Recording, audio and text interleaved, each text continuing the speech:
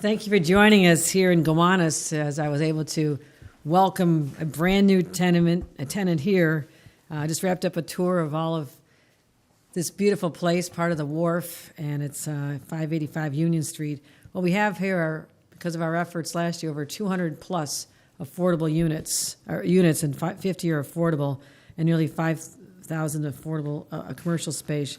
And what excites me so much about projects like these is it's breathing new life into buildings and neighborhoods here in Gowanus. I mean, this building itself had been a place where they manufactured caskets. So you think about breathing new life in here and bringing people in and families, and just saw someone with a stroller a little while ago. It's just really makes you feel so hopeful that all neighborhoods have great potential, and it was not going to happen but for us stepping in well over a year ago and saying we have to have more ambition when it comes to building affordable housing.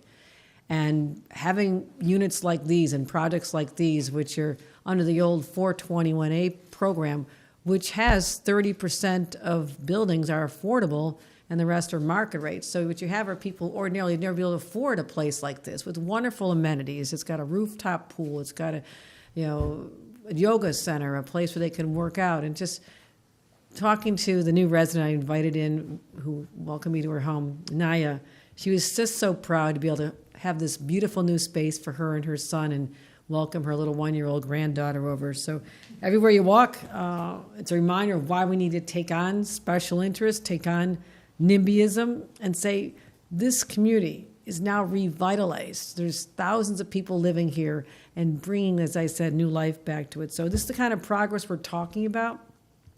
I set an ambitious goal to have over 100,000 affordable housing units in 5 years. I'm really proud to announce that with years to go, we are at 65,000 ahead of schedule, so we're very excited about that. And we launched a housing dashboard so people could track our progress and hold us accountable. So we're going to continue on our relentless mission to build more housing. I'm proud to be joined here today by the Commissioner of Housing and Community Renewal, Ruth Ann Visnauskas, who's been the architect of much of this vision. I want to thank her for her leadership all across the state as well. All right, we're going to do on-topic questions. Anyone got a question about housing? Did you say 200 units, 50 affordable? Yes, here in this one building, yes. But this is part of a larger complex known as the Wharf. And I invite all of you to go to the rooftop and get a panoramic view of everything that is happening here as part of our project. I think it's over 8,500 units overall, maybe 5,300. And we launched this because it had all been jammed up. 421A expired. This would have been dead. And I said that's not acceptable. The legislature refused at the time to renew 421A. I was able to force through an extension for 6 years, and as a result, this home is available to people who never thought they'd have this opportunity of living in a beautiful space like this. So that's what it's all about, having to drive change and fight all the obstacles that are in our way, and that's exactly why we're in this space today. So really proud of that. How long is the average wait to get in? Like, how long are these lists? Long, very long for the affordable housing. I don't know how many are on this list, if you happen to know, but they just told me there's thousands on it, and it's going to take a long time. This building will be filled up, so a wait list is not helpful here. We need to build more housing. We need to be aggressive in building more housing, and you'll see that all over this neighborhood, and all these units that are coming were dead. And it's so important to recognize that just by forcing this to happen, we have this opportunity for thousands of people to call this area home, but we're not done here. We get to do this all over the city and all over the state because so many people, all ages, young families, seniors who want to have the dignity of a really beautiful place, and they, instead of having a 4-story walk-up where they're getting around and it's hard for them, they can come into a place like this that is an elevator. What a difference that makes, and physical therapy in the pool. So all ages benefit from this, but the wait lists are sadly so long. We start building more housing, we're going to drive those wait lists down. And what about all these commercial spaces that are sitting vacant that aren't being utilized? Some of these are being acquired by developers like this one.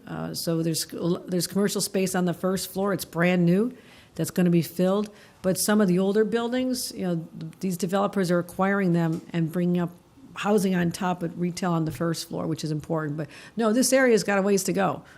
But putting down the flag, saying this is a place where people of all ages and all income levels can live. This is a mixed building. It's market rate as well as affordable housing, which is really ingenious, where people who otherwise would never have access to this have this available because of our state program and our aggressive position to make sure that this program continued despite the legislature letting it lapse. All right, anything else? What's up with Amtrak? I know the MTA wants the Canarsie Tunnel style repair, keep it open, do it nights and weekends, and Amtrak, last I checked, was pretty obstinate. Are you still on them on that? What's gonna happen? Seems a little off topic, but you gonna let this one go, Avi? All right, just Last one, last one. and then Okay. No, I'm setting up a meeting very soon with Amtrak to go over, the opportunities. This is an important project. It has to get done. You cannot let it go any longer without the essential repairs, especially after all the damage from Sandy. But we're trying to do the best we can to minimize the impact on riders. I have some other ideas, and we also think that they should find a pathway to get in through Grand Central. They can add more cars to all the trains. We think that would help make it easier as well. But unfortunately, at the path they're going, they're not open to those ideas, but I'm willing to sit down and see how far we can get. So. Just a little bit at the end of session. No, we gotta go. Even dying is happening. We gotta go. Are you gonna veto, or are you gonna sign it? We'll talk about that when it gets on my desk.